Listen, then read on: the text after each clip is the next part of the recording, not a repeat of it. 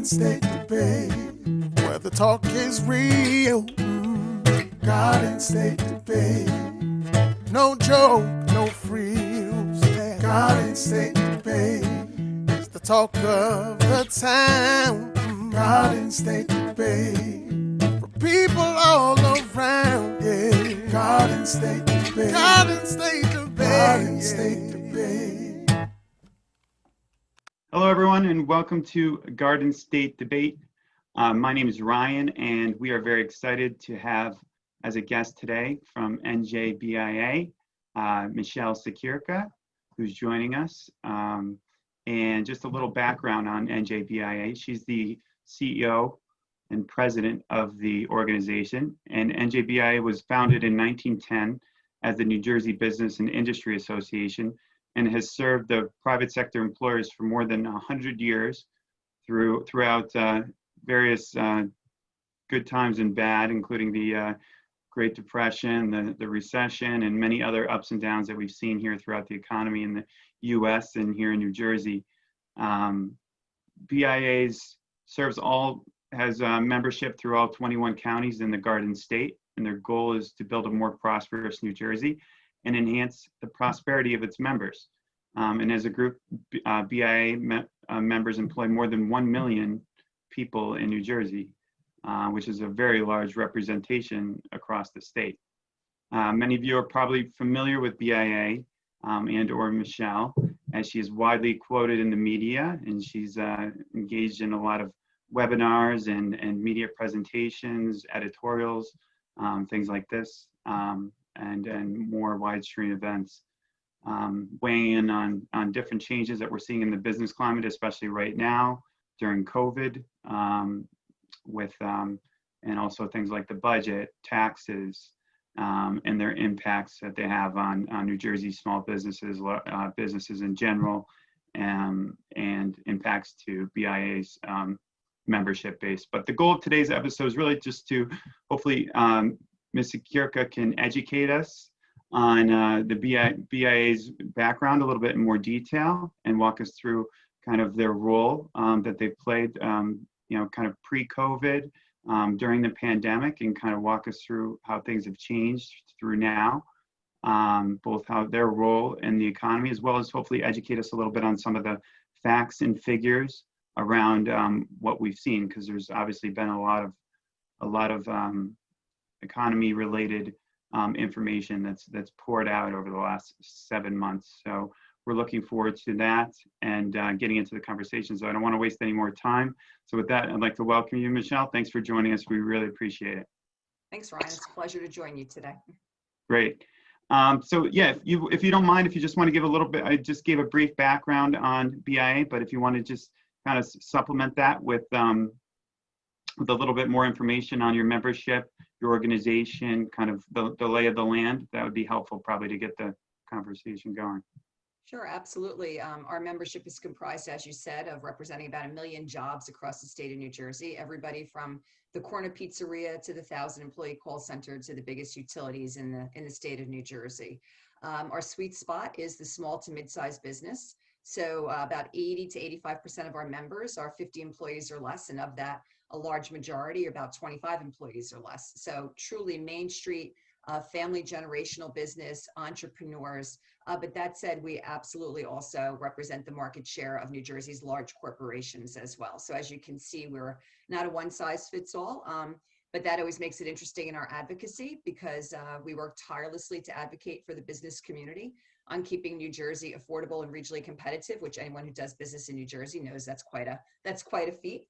And I know we're going to talk more about the type of advocacy that we provide, as well as member resources. It is an expensive state, and so we try and find ways to bring the cost down for business, like health benefit solution programs, 401ks, payroll processing, things like that.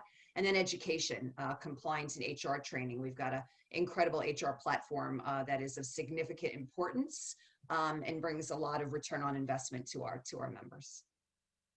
Great, thank you for that. Very interesting. And so just to kind of start off, I guess, your organization, in terms of the makeup of its employees, you represent 1 million members through your membership organizations, how big is the organization in terms of kind of like what you might call like the corporate office or the primary, size of the, Yeah, because I'm sure so you've been we pretty we busy. employ about 35 FTEs, full-time employees. About 8 of those are through New Jersey Business, which is our magazine. NJBIA owns and runs New Jersey Business, award-winning magazine that's been around for over 60 years, which is very exciting. And you think in the days of print, who's still making it with a magazine? We do, because we have an online platform as well called New Jersey Business Today. And that comes out every day to over 30,000 subscribers. And it is the business news of the day, as well as, policy information of the day. So that very lean, mean staff, provides a lot of service to our over 12,000 businesses across the state of New Jersey who employ over 1 million employees. Wow, that's impressive. And I think you kind of already kind of hit on it, based just on the coverage that you have as an organization. But is BIA considered a partisan organization at all? Or, I mean, it seems very business oriented. So, Yeah. I mean, No, no matter so when the we talk- party, it seems like you'd be interested in a pro-business type of situation. But I just wanted to ask the question if you're affiliated with any sort of political organization in terms of party. As an association, you're absolutely correct that we advance a pro-business agenda. And so that pro-business agenda can be enjoyed and supported by both Democrats and Republicans.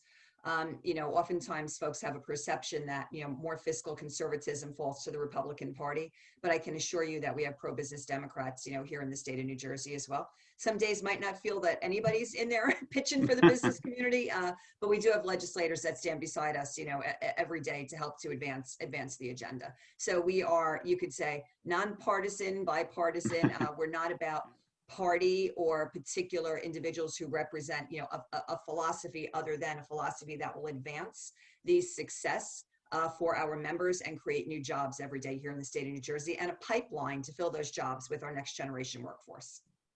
That makes a lot of sense. It felt like a good question, especially around this time as we're heading into some of the elections here going on in the state and obviously as a country. But I also wanted to ask, just kind of on that introduction note, how I mentioned you're obviously very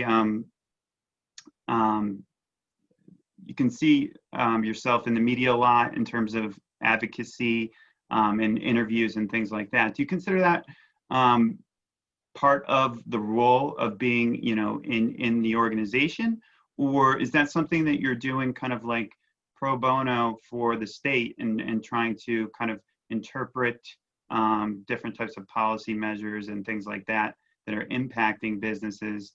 Is that something that you're doing like just as a person, or is it part of the role for your membership organizations to get out there? You obviously you have a lot of editorials and things like that. So I was just curious. I've read a bunch of them myself. It's significantly important that we have our messaging out strong and regular. I believe in the value and the strength of viral messaging. And so keeping, momentum on an issue by continuing to drive it home, visibility is significantly important. So yes, we will author and put out, op-eds as appropriate. We are a go-to resource for media for sure, because when we advocate based on solid and strong data. We do not pontificate, we do not shoot from the hip, and we don't make stuff up. We go right to the data source, and because of that, we're a reputable voice, and we take that reputation very, very, very seriously, because we don't want to take a chance at risking that reputation for something, because we are such a go-to source for media. Great. That makes a lot of sense. Thank you for that. And you kind of hit on this as well, just kind of one or two last questions on BIA before we get into kind of the pre and post and COVID times, is the different types of kind of the different types of assistance you have. You hit on some of the HR. I know you do healthcare, things like that. Obviously, policy, kind of policy-driven measures. Can you get a little more specific on some of the things that are like the major focuses of the organization in terms of what your members are looking for? Sure, absolutely. So again, we advocate tirelessly for the business community on everything from healthcare, energy and environment, employment mandates, workforce development, transportation, manufacturing. Anything that hits the business bottom line, we're out there watchdogging and safeguarding. So that comes in two forms. One is to be proactive. To look ahead as to what business needs by way of good policy and then advance good policy for New Jersey. And then the other is in a reactive mode, that when a bill comes up that isn't a good bill for the business community, immediately, getting our action and our data together in order to go in and rebut or mitigate bad policy. So that's the policy side. And then on the resource side, again, we make sure that we can help businesses afford to do business here in the state of New Jersey. That's everything from keeping them in tune and up to date on the most recent mandates, whether those have to do with compliance because of a type of regulated entity they are, or across the board horizontally because everyone's an employer. And so with an employer always comes the issue of workplace mandates. And unfortunately in New Jersey, we have too many of them. And so we absolutely go out of our way to educate our members on that. We just launched a brand new HR platform that's available as part of membership, where in time people can get immediate, responses to HR questions. And also when something new happens, when there's a new bill, you get an alert about it. And then there's resources on how to deal with that. That education and training continues right now in a COVID world. We're doing Healthy Business Place Certification Program. We've had over 150 businesses go through the certification program. 50 have been certified. That certification is no easy task. BIA did it. You have to check many, many boxes that are OSHA and CDC and WHO compliant. And so that's a really big deal because we know that businesses take seriously keeping their workplace safe for their employees and their customers in a COVID world. No, it's very interesting because, someone might think that an organization like the BIA might be just solely focused on like the bottom line of it, but you have to actually interpret all of the health guidelines, obviously, in a time like this, isn't it? When businesses are trying to get back to work or working from home or looking at technology and things like that. So that's very interesting, and it makes a lot of sense. And probably, I'm sure, keeps you guys busier than ever before. Absolutely. But so just real quick, before we get into what we've done here and over the last 7 months, can you kind of like help us with a landscape of what was the business climate like, say 2019, beginning of 2019, throughout the year before coronavirus unfortunately came and took a big toll on New Jersey in terms of health and economy? Were we set up in turning things around? And how are we looking relative to other states in terms of some of the policy that we had in the business world? Yeah, sadly, we were incredibly challenged already in a pre-COVID world, and that's what made COVID just exacerbate the challenges we had before. And so, for example, we're one of the highest taxed states in the nation, and so we're constantly battling the battle of increased taxes and saying that that's not the way to make our state, a competitive and affordable. Certainly. So we had challenges with taxing. We're the most indebted state in the nation, number one, most debt in the nation, yet we continue to borrow on top of that. Workforce challenges, building the next generation worker. We've got a gap pre-COVID. We had a gap of tens of thousands of vacant positions in middle-level skilled jobs that pay middle-income wages that could afford people to live, work, and raise a family in New Jersey. Ryan, this is a very expensive state. We know that we need reform in property tax. We need reform in pension and health benefits for our retirees, not to take away what they deserve by any means, but to have a more responsible pathway that doesn't break our bank year after year after year. Right. And would you say that before the pandemic and even now, I'm sure it hasn't changed, were there any certain demographics or groups of people that were not being treated fairly in terms of what you see from your membership or just through your research in the business climate?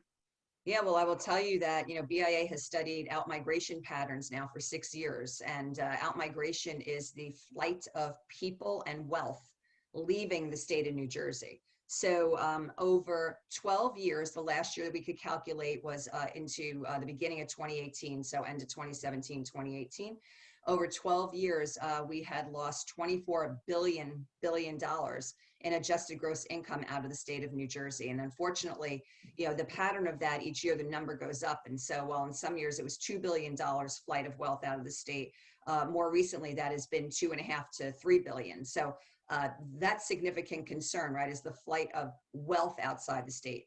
And when I say, this is net, meaning that if 2,000 people leave, but 2,000 come in, the 2,000 coming in aren't bringing up the revenue to make up the difference. So that net adjusted gross income loss from the state of New Jersey, $24 billion over 12 years. Think of what that would mean to our general fund, right? Also, that takes a significant impact in terms of philanthropy and people, contributing in their communities. And also, it means that people aren't spending that money in our economy. They're spending it in someone else's economy. The other data point that is significantly concerning pre-COVID and continues is the flight of 18 to 34-year-olds out of the state of New Jersey. And why are we concerned about that? That's our future workforce. And if you think about the fact that we educate our students K-12 on the #1 most expensive property taxes in the nation, only to see those students leave the state of New Jersey to pursue education and careers elsewhere, where's the return on investment to our business community, and more importantly, even to our economy? And so we have to pay attention to how do we attract and retain our next generation worker, keep them going to school here and looking for jobs here. So those are two data points that are stark and concerning that we need to pay attention to. Great, thank you for that. In the out-migration numbers, you said, I think you kind of alluded to it. Obviously, that's a revenue gap, and that needs to be filled somewhere. Is that where the general borrowing comes into play? Yeah, well, unfortunately, this is why every year we continue to have gaps in our operating budget. And I mean, this year, the borrowing was under the auspices of COVID related. We would respectfully challenge that. We could talk more about that. But in other years, it's this constant, let's keep raising taxes. And, since the Murphy administration has come in, every year, the governor has increased spending and increased revenue. His budget has increased over 11% in 3 years. And now in a COVID budget, you think, my God, we're not talking about austerity and cutting back investment. We have to keep, right? But we can't overspend. And we certainly can't overspend on things that are not a significant priority during an international pandemic. And unfortunately, that's what this year's budget did. Okay. And just, okay, so then we fast forward to March of this year, and COVID and the pandemic and flattening the curve, and the stay-at-home orders and everything involved with that. So can you give us a little insight first as to was BIA's phones off the hook from day one as soon as things started to hit, or was there like a little bit of a lull, or kind of how did it translate into your business, and what we're hearing as we got in from March into April and May? Sure. The minute the governor signed the stay-at-home order, which defined essential and non-essential business, the phones rang off the hook. The phones, the emails, the texts. We immediately reverted into a 24/7 call center for all business in the state of New Jersey. During a crisis, there is no membership wall. You have to be here to help every business, because unless every business survives, certainly our members alone can't survive. So we were here for every business, despite whether you were a BIA member or not. And literally 24/7, present company included. We created immediately FAQs. We put up a website, which was njbia.org/coronavirus, in order to send people. And we put data points up there and links to information, links to the Business Action Center, FAQs, all types of resources. And then as we moved along, we got out of that initial peril of, can I operate or not? And what does it mean? And oh my God, what do I do? And all the unemployment questions. Oh my God, the unemployment questions were just painful and constant, right? And then when PPP came out, the loan program from the federal government, we immediately had to up our game on understanding all the intricacies of that so we could help our members. So we started hosting webinars. Literally in the second or third week, we had virtual webinars up on all the types of resources available for business To this day, we have hosted over 40,000 business people on virtual webinars over the last 7 months. That's how great the demand for information was. You know, everything from EDA programs to federal loan programs to information about unemployment insurance, independent contractors, you know, the list goes on and on. And so from that immediate, you know, on the phone, helping them in real time to shifting to a platform of resources where they could get to. Today, I encourage everyone still to go to njbia.org/recovery, because the recovery page has everything you need in order to get your business up and humming. Checklists, toolkits, again, access to loans and resources, best practices, and again, our healthy business certification program, which allows you to check the boxes and make your workforce and your clients comfortable that what you've done in the workplace is safe for them to come back. Great. Sounds like a very useful a toolkit that you guys built out on the website. Hopefully people can check that out and businesses can check that out. I just wanted to ask as well, I mean, I think a lot of people generally are aware of this, but you know, what type of industries and specific businesses, or are there any surprises actually that you guys seen either from your membership or again from your research in terms of businesses and industries that were hit the hardest here in New Jersey and are still reeling? And if you have any specific, without revealing any specific names, have you had any unfortunate, you know, hearing from a lot or any amount of businesses that actually had to go out of business as a result of what we've seen? Sure. Well, I mean, no surprise. Main Street business was hit the hardest. I mean, absolutely. You know, at a time when essential and non-essential was defined as big box stores could stay open, but Main Street business couldn't. We have to reconsider that in the future for sure. You know, I said in the very beginning, I'd be much more comfortable going to my Main Street store to pick up something that I could otherwise buy in a big box. Why was I foreclosed from doing that? Why do those shops have to close? So we need attention to that, you know, in the future. If ever, God forbid, we have to have a de novo shutdown like that again, we just can't have those Main Street businesses, you know, shut down. Many of them couldn't survive.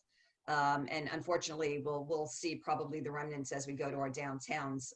We'll see that. And it's sad to me as I see it. I get a call, you know, this may sound anecdotal, but it's not, because it's literal. Like I or BIA gets a call every day, if not more, about a business who either is saying, thank you for the years that you've served us, but we're closing our business now. And so, you know, we can't be a member anymore. That's Wow. real. You know, that is real. Financial pain and economic pain is personal pain, especially for entrepreneurs and small business who are the bread and butter for their family. These are companies that have never, ever been on an unemployment line before.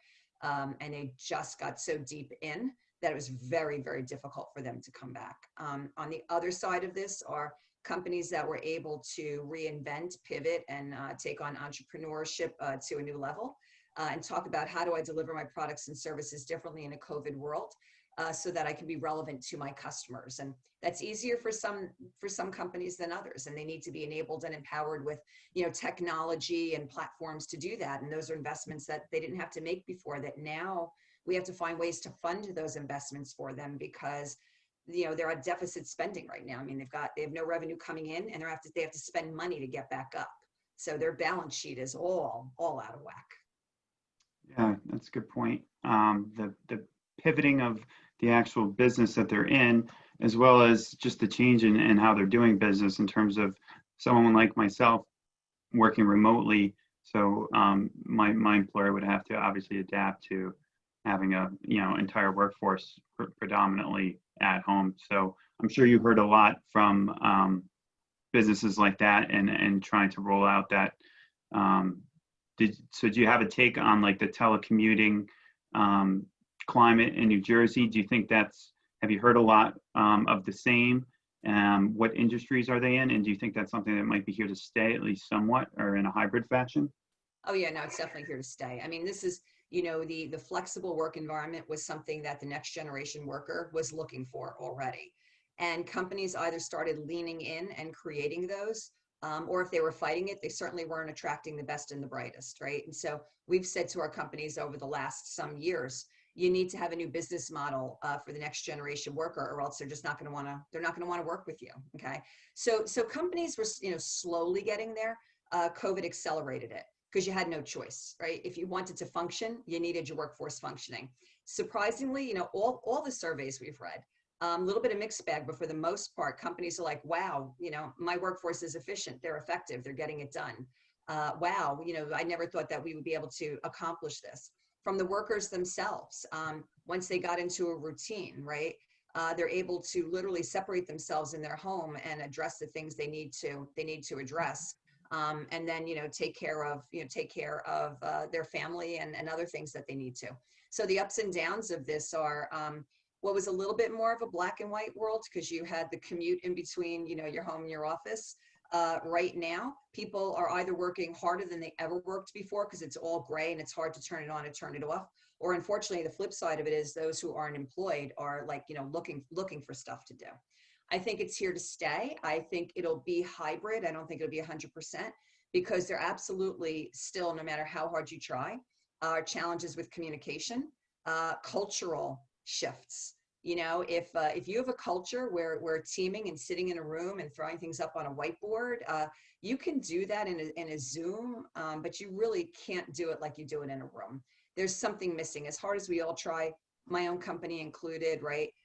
You need to get your workforce back together in safe, responsible, teams, so that their collaboration isn't lost through all of this.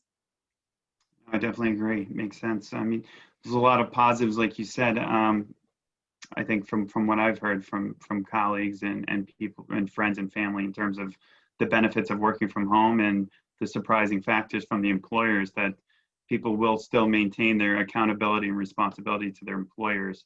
So obviously, if they can save some expenses on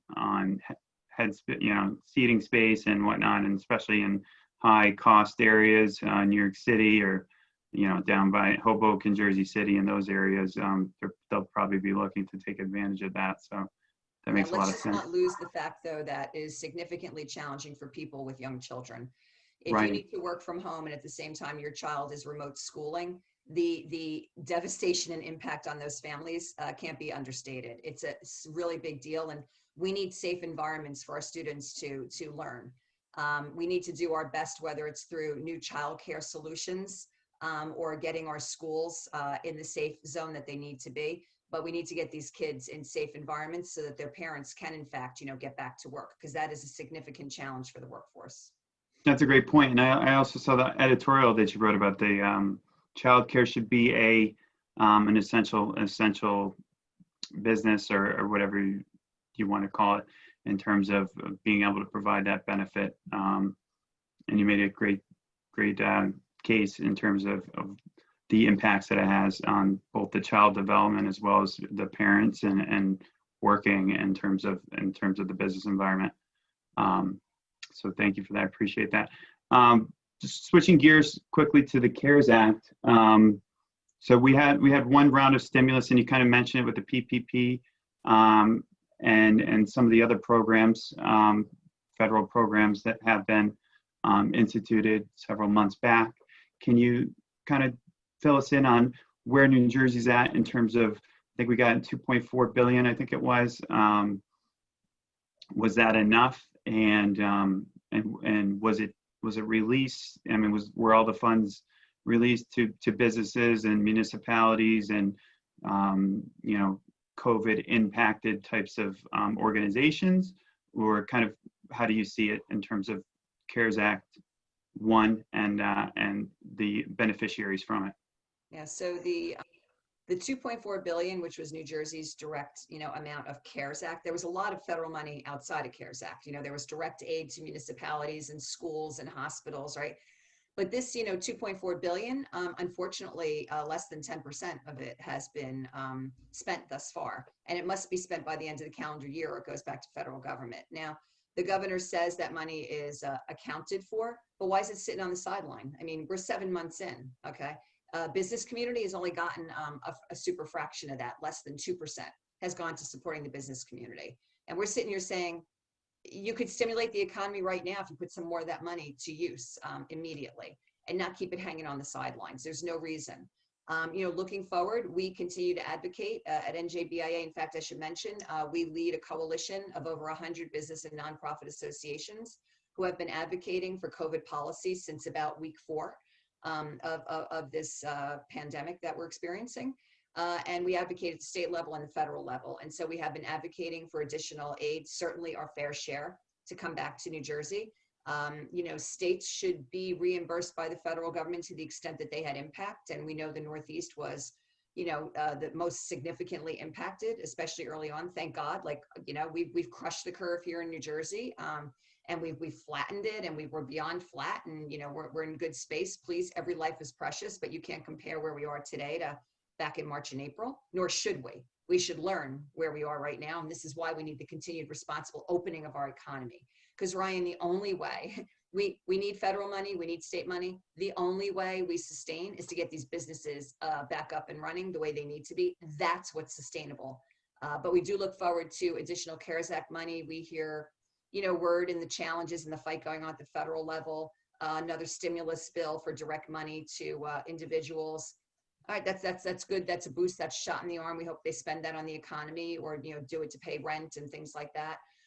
We also hear additional compensation on unemployment. So those that are on unemployment, we're going to give them another kicker. The challenge with the kicker, at first it was $600. If you were on unemployment, you got that additional $600. Right now there was a new program of $300. The challenge with that was the $600 for many Main Street businesses. It was more attractive for someone to stay out on unemployment than go back to their place of employment. And don't think that employers didn't understand that and want to do right by their employees. So look at the position you're putting them in. We would suggest continue to give the money to the business community, require them in turn to give it to their workforce by way of hazard pay or something else on top of their weekly income, so that they can earn their income and get the booster by working, not by sitting at home. Right, that's a good point. I definitely read things about that as well. And I just want to touch base on one thing that you said earlier in terms of the 10% of the first round, the $2.4 billion that's given out outside of other federal programs, and the fact that we have less than 2 months left in the year to spend it. It's supposedly earmarked.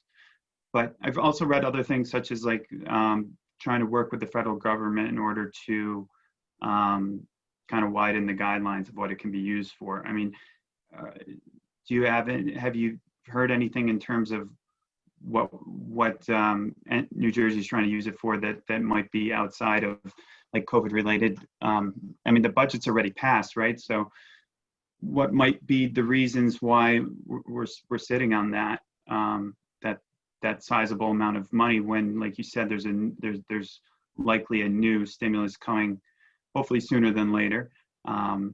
Is there anything that comes to mind or things that you've come across? So we were holding on to it and extended our budget process 3 months because there was the hope and intent by the administration that the president would change his mind and allow that money to be used to plug budget gaps. Budget gaps, quote unquote, that result from COVID. However, that didn't happen. And now what we did is we went out and did excessive borrowing to cover, quote unquote, budget caps related to COVID. I would suggest to you that we didn't need that borrowing, that there were ways for our budget to come out balanced without increased taxes, increased spending, and increased borrowing, and we advocated for that. So that's exactly what the governor was waiting for. He was waiting for the feds to come back and say, yeah, you can use that to fund stopgap. And they didn't. And so they didn't do it in the 3 months that we extended a budget, and they didn't do it when we struck a budget on October 1st. And so we reverted to borrowing, which again, we didn't need to do. Okay. Thank you for that. So getting into then the 2021 budget then, from what you see, are you seeing a decrease in spending? And what other types of kind of like kickers or variations from previous year's budgets? I mean, I've read about some myself, but I'd like to hear from you, your thoughts on what you saw in the budget, obviously, and then separately, I'd like to talk a little bit about that emergency borrowing that you said we didn't need. But we can leave that aside for a second. Everything outside of the emergency borrowing, how did you, what was your kind of take on reviewing the 2021 budget for the state of New Jersey? Well, actually, they're related, and they shouldn't be. So we should start there, because we don't have a budget without the borrowing, and that just shouldn't be the case, because again, we didn't need it, right? So I would love to have seen flat funding. All right. Again, we don't want to go backward. We've got challenges in the state. While we need reform, and there's certainly certain spending that needs to come down in this state, we weren't sitting here saying, go slash and burn every budget across the state and austerity. We never said that. We said flat funding. And if we had flat funding, we wouldn't have needed to increase taxes and take on the borrowing, et cetera. But instead, we had increased spending. This spending went up. So spending went up in that we $1.4 billion-ish in additional surplus money. What does that mean? What is a surplus for? A surplus is for a rainy day, right? Are we not in a monsoon right now? We're not even in a rainy day. We're in a monsoon. So rather than using our rainy day money, right, we increase the surplus under the auspices of saying if we get a resurgence, we'll have that money there to help us. So what did that do, right? In our operating budget, when we increased $1.4 billion in our operating budget, we crowd out $1.4 billion of other spending that otherwise should be done in our operating budget, and that now falls out here and is unfunded. Things like education and safety net programs sitting out on the side going, now we can't fund those. What do we do, right? Same with the pension. Again, I'm not saying don't give pensioners what they deserve. I'm saying fix the process because it's structurally broken, okay? We could have kept the pension contribution this year flat from last year, all right? And still made a record number of investments into the pension fund, because last year's amount was the highest ever put in. This year could have continued to be the highest ever put in. We didn't have to add another $1 billion onto the pension right now. Okay? What was it last year? Was $3 billion, was it? What was the? Yeah, and it's up. I mean, the pension payments are up to, I think it's like $5 billion at this point. Close to 5, right? The percentage of payment to the pension and retiree health benefits, it's like a third of our entire budget, if not more, right? That crowds out our regular spending. That's stuff we owe, in addition to our debt service. When you add our debt service and all our obligations under our pension and health, healthcare and things like that, you crowd out spending for the things we need every year, which is operational budget, education, safety net programs, vulnerable population, right? So immediately right there, almost $2.5 billion got crowded out by those two items alone. And then let's look at what other spending is in the general budget, right? Something called Christmas tree items. Now, it's not uncommon that in a budget, legislators get some nice things to take back to their district so that you get their vote, right? It's like, it's just common budget 101 in politics, okay? Somebody comes with their pet project, people would call it, pork, some call it Christmas tree items, right? There's $100 million of Christmas tree items in the general operating budget, okay, that do not need to be there. They're feel-good things that may be important to a community, do not get me wrong. And in a strong economy, when revenue is good, you absolutely do things like that, right? Refurbishing baseball fields and town halls and golf programs, okay? But again, an international pandemic, you're gonna spend money on things like that and crowd out education funding and safety net programs and have that sitting out here, and then suggest that we need to take up borrowing in order to fund those things and call it COVID related. With all due respect, our policymakers use COVID as an excuse to do this borrowing and to have more money available to them than they need. The last piece of this with the budget is that the Office of Legislative Services, which is the nonpartisan arm of the legislature, which looks each year and provides input on what the revenues for the forthcoming year are, they forecast, right? They forecasted $1.4 billion in revenue next year. We have an extremely healthy corporate business tax program, right, that continues to overperform. We don't have a shortage of revenue because of those taxes we've put into place, okay? The governor ignored that $1.4 billion estimate and used the ultra conservative estimate of revenues for next year in order to create the excuse that we needed to take on borrowing. And one last thing, because I'd be remiss if I missed it, is the millionaire's tax. In New Jersey, our Constitution requires that when we increase income tax revenue, when we increase revenue from income tax, it must go to offset property tax. okay? So you can't just increase income tax and take the money that comes from that and do anything you want with it. The Constitution requires you use it to offset property tax, right? Our legislative leaders stood up in front of the public and said that we are putting a millionaire's tax in order to fund a $500 rebate program for middle income tax relief. Right there, you can't draw that direct line, okay? You can't, because you can't take from one on income tax to give income tax to the other, right? So of course, money's fungible. You put it in the general fund and you move it around and you say, well, that's going to offset this, so therefore we free up this money to pay that $500. But that $500 rebate check isn't going to be paid until the next fiscal year budget, okay? And ironically, it's going to be paid just as the entire of the legislature and the governor are getting ready to run for their next election, right? So, we sit and we say you increased a millionaire's tax when we just talked about out-migration and the wealth leaving the state of New Jersey. Look, we should be proud that we make a millionaire every day in the state of New Jersey. This state's really expensive to live in, okay? And people can do really well here. We know that. We should pride ourselves in making millionaires, not scaring them away and inviting them to, go do 6 months in a day outside the state so that their income tax isn't taxed in New Jersey. And unfortunately, that's what many of them are going to continue to do. So it's interesting. Two things on the millionaire's tax that that just kind of came to mind. One is, and I think you said, so 100% of the millionaire's tax increase is going towards the $500 rebate checks. Is that what is being said about it, or is that just a report? No. Okay. In fairness, no. Publicly, when the three leaders stood up and said, we're increasing a millionaire's tax in order to give us the ability to do this, and then some other things. And they talked about education and otherwise. Okay, so no, not 100% of it, but the number is not too far off. When you look at the math, it's not too far off in terms of what it's going to take to afford the $500 grants to those who are eligible, to what the revenue from the millionaire's tax coming in will be. When you say the three leaders, you're talking about the governor, the speaker, and the Senate president? Yes. Okay.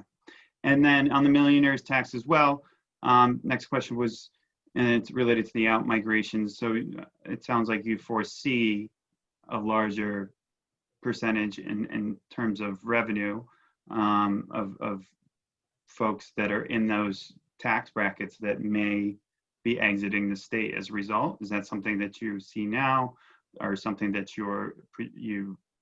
the trend suggests that it will increase dramatically, or what might impact are you? We already, I mean, again, we already have an out migration that is the #1 in the nation. Okay, so rather than adding to it, we should be trying to mitigate it. This will do nothing to mitigate it. And again, some would say this is anecdotal, but I have business people call me every day and saying, I'm just a few days away from my 6 months in a day, and this is the year I'm calling it. Well, you got 6 months in a day outside the state of New Jersey, and you're not taxed on your income taxes here in New Jersey. People can still afford to buy their beautiful home at the shore and come here for their less than 6 months, right? Enjoy their summer at the shore, and then go back to wherever outside the state that they choose to live for tax purposes. And we lose the value of taxing their income tax. And as a result of losing those taxes that we would have otherwise had, that would obviously have an impact on the taxpayers as a whole? Absolutely, the general fund. Again, if you have less revenue coming in from income tax, it's less that you can spread around. It's less money into the general fund that again makes it impossible to cover our safety net programs, our education spending, our infrastructure spending. The things that government is supposed to spend money on. Right.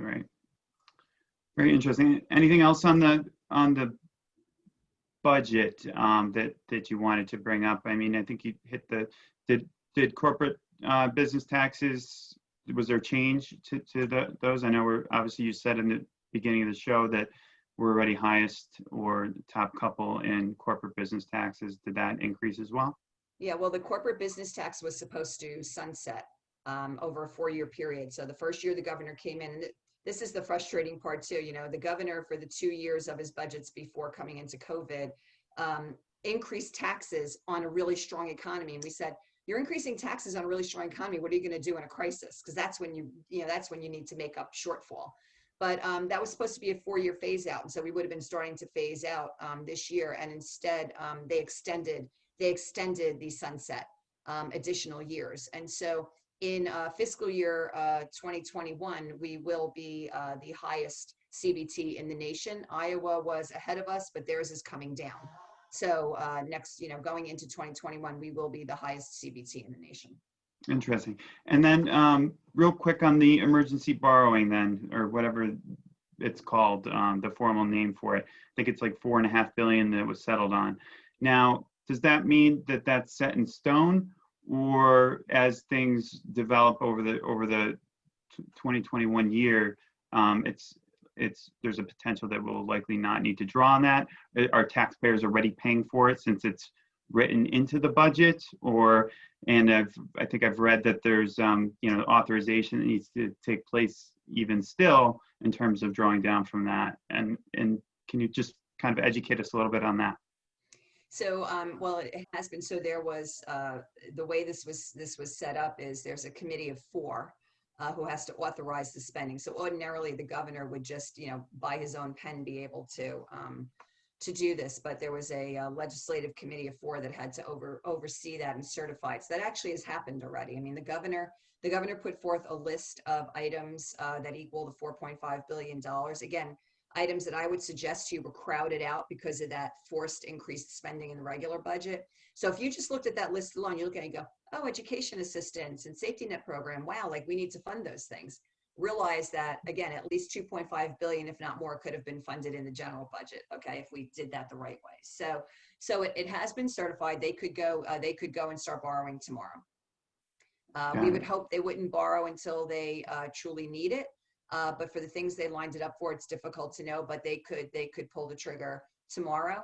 They talk about 2 ways to pull the trigger. One is through a new federal program that was set up through the Federal Reserve. And then the other is just the standard, go to market with bonds. And do the terms, not to get too detailed, but do the terms carry anything that's more a bigger penalty in terms of payback, principal and finance, maturity than the general borrowing does? Or is it set up, just generally, like with that, again, generally similar to a regular type of borrowing, it just happens to be additional for the purposes that you just mentioned? They committed to, if I get this right, my number might be a little off, so don't hold me to it. I think they said that they would not exceed 13-year borrowing, bonding. Usually these are like 20 or 30 year, which is like generations to come, right? Again, we've heard quietly on the side that they would try to repay these as quickly as possible. I believe in the federal program, you have the more ability to do that. If you think about traditional bonding, that's usually, municipalities and such that bank on that money for a period of time. So, maybe not as much flexibility in the traditional as the federal, but, they'll look at and hopefully do, what's the most the most cost effective. Yes, it will have an impact on credit rating because all borrowing does. I mentioned earlier, we are today the most indebted state in the nation. Number 1, most debt in the nation. And now we've just added $4.5 billion. And as you know, that's generational. So the idea of debt is you carry it into the future, which means, our children again and our grandchildren will be saddled with even more debt that, again, when they're paying that debt service as part of the budget each year, will continue to crowd out the spending that we need for education and safety net programs. It's interesting. Yeah. And you mentioned the credit rating. So and we're publicly rated as a state. I don't know if it was S&P or Moody's, but it's on the lower end. Is that relative to other states? Do we foresee a potential credit rating, like a decrease in our credit rating? And will that have an impact on borrowing in the future? Anytime you have an impact to your credit rating, it has a direct impact on what you'll pay on your borrowing. So your interest rate goes up. No different than someone who's buying a new house. If your credit is low, your interest rate is higher because you're a higher risk. So as a state, we're clearly a higher risk. So it'll cost us more money to borrow. That said, we are still in an extremely attractive borrowing climate as a country right now. Interest rates are, all-time low. And that's in the bond market as well. That doesn't make it right that we should take advantage of it. Please don't get me wrong, right? There is a place for borrowing and a good fiscal policy. We just feel that the borrowing was not necessary and certainly overblown under the excuse of COVID. Thank you. Good point. And then kind of leads us to, and I think you alluded to it, the potential new, the next round of CARES Act. So I think they were talking about a 1.9, obviously that's not settled upon, trillion for the country. I don't know if you have any insight into what, obviously that's not a solid number yet, and we don't know when it'll happen. Do you have any insight into what New Jersey's, if it's going to have a different angle? I think you mentioned the $300, the PUA in terms of what the federal top up might be for unemployment and things like that. But how might that next round play into New Jersey's business climate in terms of also the budget gaps? I mean, all of a sudden, if you get another $2.5 billion or whatever it might be, how obviously that's a great thing, but how will that be managed in terms of how should we think about that? So we have, competing proposals at the federal level. The Pelosi's HEROES Act is about 2.2 trillion. That has another $600 boost to unemployment, which again we talked about before, why we don't think that's a good idea, and includes another stimulus check round, and more direct state support, which we advocate for state support. We really think the states need more federal relief for sure. Trump's program is about 1.9 trillion. Again, has the stimulus in it, but it has a smaller unemployment benefit boost. They're negotiating, they need to get this done. I mean, they're leaving the states hanging. This is really inappropriate at the federal level. They need to get over their politics. We'll get over the election right now. We won't see anything before the election. And then the issue is going to be how long are we going to be fighting about the election results before we get back to our federal government doing business as they should be doing.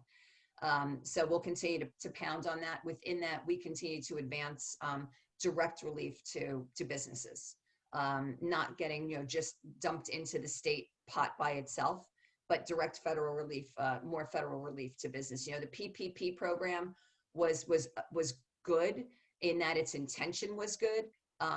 In its very first state, it was very challenging for what people could use it for, and then more flexibility was brought to it. But there was money left on the table, which means that wasn't the right program for many, many, many businesses. In particular, small restaurants and retail who frankly just couldn't open. Why were they going to pay employees, and why were they going to pay employees when the employees could make more on unemployment, as we talked about? So we need some real attention to rental relief or mortgage relief programs for business. That's a significant challenge. A lot of people can't pay those bills, or equipment loans and leases. We don't want to see people defaulting. If someone has a small business loan and they're in default, they can't refinance. We need relief there. The SBA has to look at that and realize that everybody's negotiating right now. So a lot of people are outside their covenants or their contracts, right? And you can't refinance if you're in default, but you might be in default as an agreement. So there's a lot of attention. One more thing I'll throw out there is, while indoor activity is like, if you listen to some people, it's like the poison, don't go indoors.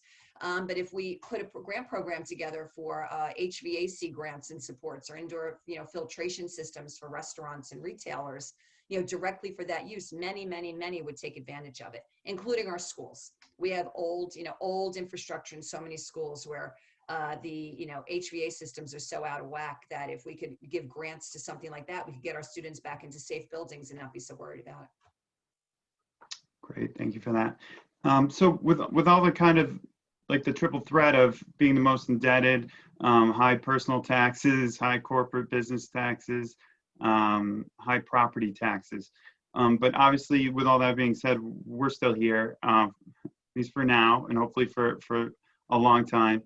What's keeping residents and businesses? What are some of the perks that are keeping people and businesses in New Jersey and doing business, and hopefully with a somewhat upbeat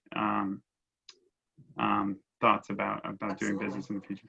No, I always say ordinarily when I go out and speak, I always start positive and I end positive because there's so many great attributes to this state. I'm just practical in between, right? Because only by being practical can we solve the problems and bring solutions to some of the challenges that we have. We can't be blind and naive to those things, right? But why New Jersey? Location. It doesn't get any better, between two metropolitan cities. You're in the dead center between Boston and DC, New York and Philadelphia, the shore of the mountains, right?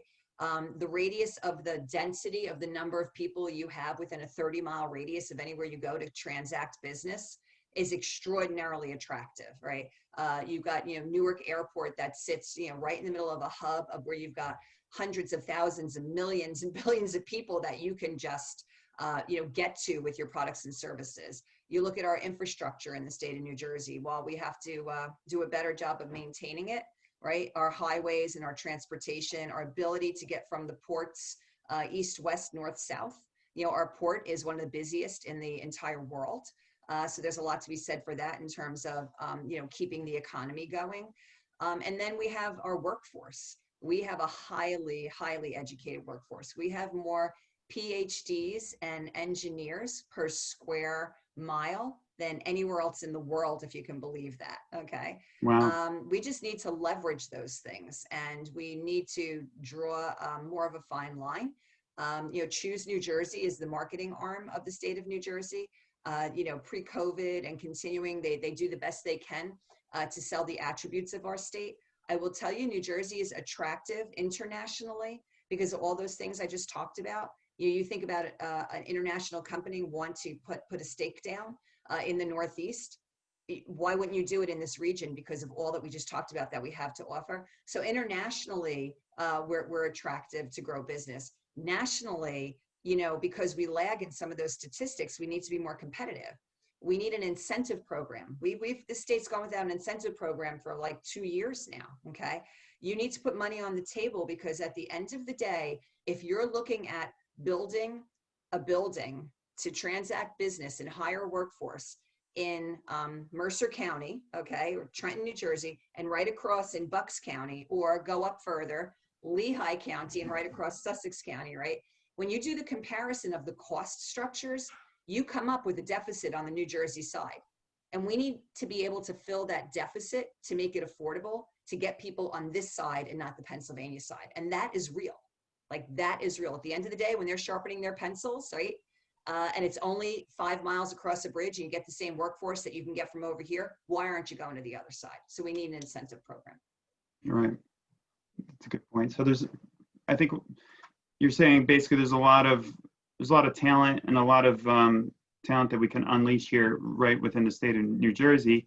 A lot of business is being done outside of New Jersey, where our residents, although our residents live here and they commute to those areas. So I think there's a lot of opportunity for businesses, hopefully for government to make it more attractive to do business here and to keep people in New Jersey and not be so reliant, although those are big benefits on, your New York City and Philadelphia's and things like that. So that makes a lot of sense. Just last couple quick questions for you that I wanted to ask. We talked about a lot about taxes and stuff, but we have a lot of renters in New Jersey. So I know there's moratoriums on rent eviction and things like that. Obviously that's a big concern. How can that possibly unravel in a positive way? If someone hasn't paid rent because, by executive order, they haven't had to for X amount of months, and that will eventually end. Are we hoping for some sort of financial kind of a path to get out of that without harming these people for financially and credit, like you said, credit and things for the rest of their lives? We need some of that's going to require a boost from government. Again, looking for those relief programs. I know that the governor has 1 or 2 of those programs out there now. Lieutenant Governor, who heads Department of Community Affairs, this is very big in her wheelhouse of ensuring that tenants are well taken care of. As long as those tenants are truly suffering, there does have to be a check and make sure people aren't taking advantage of this as well. But we can't possibly have homelessness going on right now. That would be the worst of the worst, right? So a lot of landlords are negotiating putting payments on the back end, so that when people do get back to work, right, or people get another boost, another stimulus, another kicker on unemployment or whatever, that they can make it up in the background. But it's upstream and downstream, because many of those landlords then have mortgages that have to be paid. And so how are they Right. being able to upstream continue to carry? And then how are banks working with them, and where's there going to be relief there? So we definitely need interception from government here to help with some stimulus and some assistance. We can't just leave this all on, we can't leave it on the tenant. We can't leave it all on the landlord. We can't leave it all on the bank. Everybody's got to come together and do their fair share to try to make all of this work. And I just suggest in the commercial space, it's not the same as being evicted from your home and the place you go home to put your head on your pillow at night and feed your family. But commercial evictions aren't going to help our economy. And we have way too many small businesses suffering who can't pay their rent right now. And their landlords have had to give up on them because they have a mortgage to pay. And so we need commercial rent relief as well. And we need to continue to advocate for that.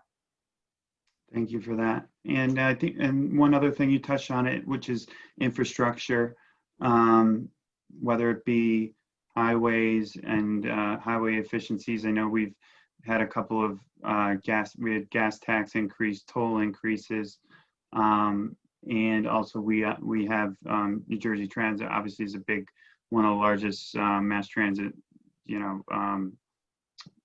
agencies in the country. Do you think that we're well set up in terms of well, first of all, do you think that the gas tax increases are a good thing for New Jersey, as well as the timing and the idea of the toll increases? And then in general, like, how do you view our infrastructure as and its ability to capture hopefully some more interstate business and kind of movement of people in the business world as well? Yeah, super delicate balance here, because infrastructure drives economy.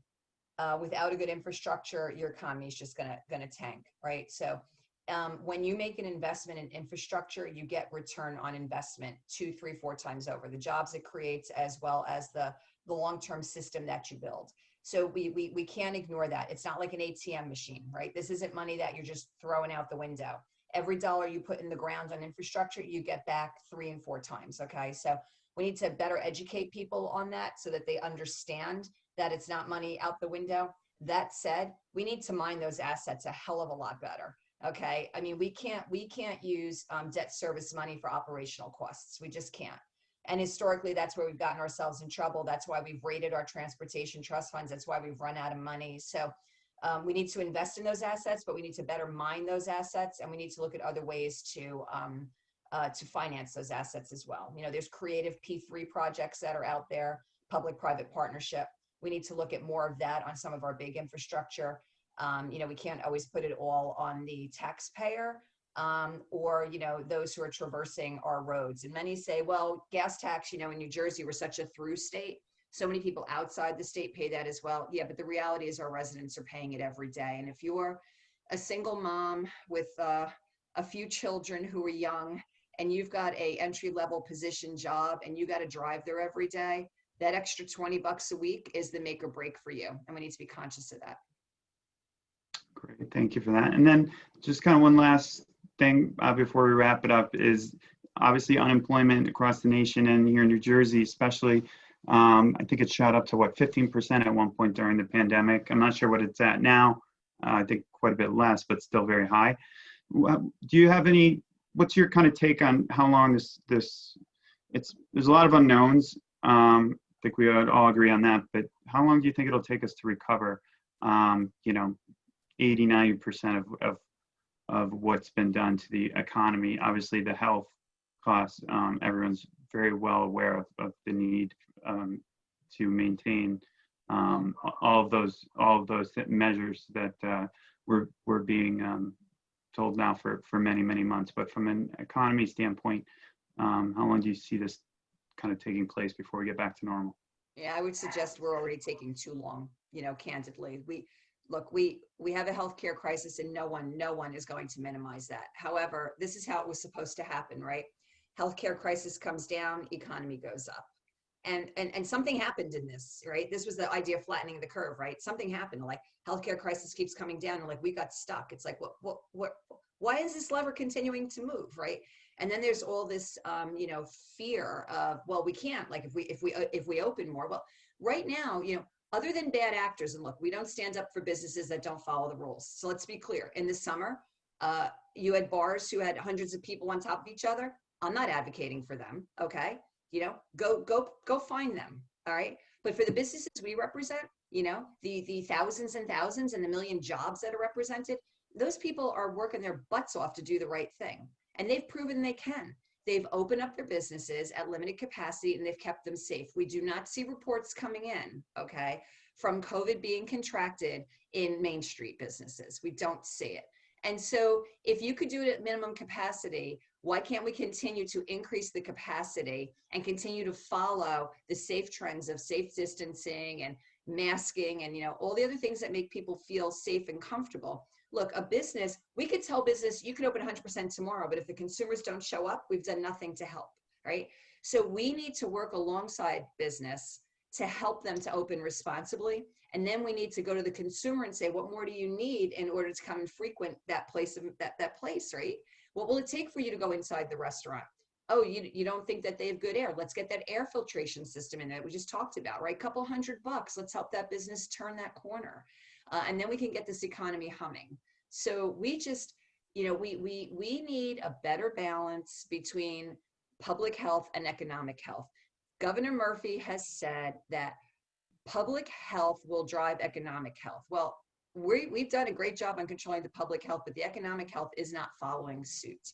And if data determines dates, well, all the data is on our side. And so we should be, again, moving more toward a responsible opening. The last thing I'll say on this is we can't look at it from a statewide lens. We are a small state and we're very dense. And yes, people can travel. And, if the restaurant isn't open in my community, I can go 2 towns over. So what, right? I mean, the reality is the local people know what's going on in their community. Local elected officials, local health officials, local educators, local business, all right? They're the advocates for their community. And they can get a campaign about safe community. I see it all over the place, right? Let them decide what is working, what isn't, and let them have the campaigns to make their consumers feel safe. And if their numbers are good, let them open. Yeah. No, it's great advice. I appreciate it. You have a wealth of knowledge, that's for sure. And I really appreciate you coming on the show and talking to us today.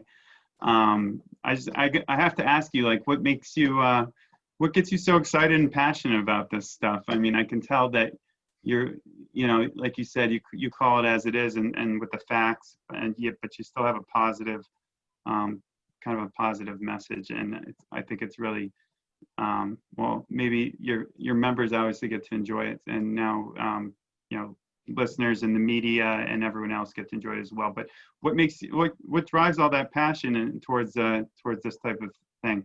Yeah. Well, number one, I'm very passionate about the business community that we represent because, by and far, great businesses make great communities. I see businesses every day who create jobs. I see business owners who come home from a tough day at work and put on their baseball cap and go run the Little League, who donate to the local fireworks in a pre-COVID world, to take collections at their church, right? These are the job creators. These are the business leaders. These are awesome people who create economic opportunity for all of our society, right? So why wouldn't I be excited to stand up for them and all that they do? But what also gets me really passionate is when I get frustrated or upset, when I think that things aren't being handled in the way that I think is a little more fair, okay? And I truly in my heart believe that a good process yields a fair result. Good process is you have input, you have consensus, you have people around the table that all help to inform, right? And everybody kind of input it into a scenario. And then someone has to make a decision. But if the decision is made on all the input that's been brought forth to bear, then it should yield a fair process. And in a fair process, we can all feel like we were heard, and we can all feel like at least someone listened to us. But right now, especially the business community, we feel pretty shut out. We bring things to the table every day, and we just feel that decision making is happening in a box over here. And while people hear us, they're not listening, or is it the other way? They're listening, but they're not hearing, right? And I just think that, the box that we're operating in right now is just not one that is consensus built. And it's not the good governance that we deserve as a society. I think we all need to get back to the table collectively, and we need to talk about what do we need in our state and in our federal government. And we need good public discourse, right? It would be that we could sit and disagree on a policy issue, and then we could go have a beer together. Today, we beat the crap out of each other, and then we go hold a grudge. Well, how are we going to move a society forward when we do that, right? So you talk about optimism, Ryan, like, yeah, I am the glass half full, okay? And I live through rose-colored glasses sometimes to a fault, but I have to take them off, and I gotta not be naive, right? Mm-hmm. And I just feel like if we could just get a better process in our society, if we could get back to jurisprudence and good governance and let the people be heard, that's what like our democracy is supposed to be built on, then I'd be happier. I'd be a happy person. So that's the other place where my passion comes from. All right, appreciate that. So thank you again, Michele Siekerka from the New Jersey Business and Industry Association joining us today on Garden State Debate. We really appreciate having you on, all the education that you provided today and everything that you've done with our small businesses and large businesses as well, and the organization. So just thank you to everyone and your organization, and also for coming on the show. And if you have anything to leave us with, I mean, I think probably a lot of people have heard of NJBIA, and you've kind of said it throughout the show, but if there's any websites or anywhere people to contact you or find you as an organization, if you want to leave us with that, appreciate that. Otherwise, we really appreciate it again, and thank you for coming on. Thanks so much. And it's njbia.org. And on there, you can get to me directly. There's a little button that says Tell Michele, and that will send an email directly in my inbox, and people take advantage of it. So I welcome you as well. Thoughts, questions, ideas, concerns, anything to help inform us so that we can be good representatives for you. Thanks so much, Ryan. Really appreciate the time together. Excellent. Thanks, Michele. Appreciate it. Garden State Debate, where the talk is real. Garden State Debate, no joke, no frills. Garden State Debate is the talk of the town. Garden State Debate, for people all around. Yeah. Garden State Debate, Garden State Debate, Garden State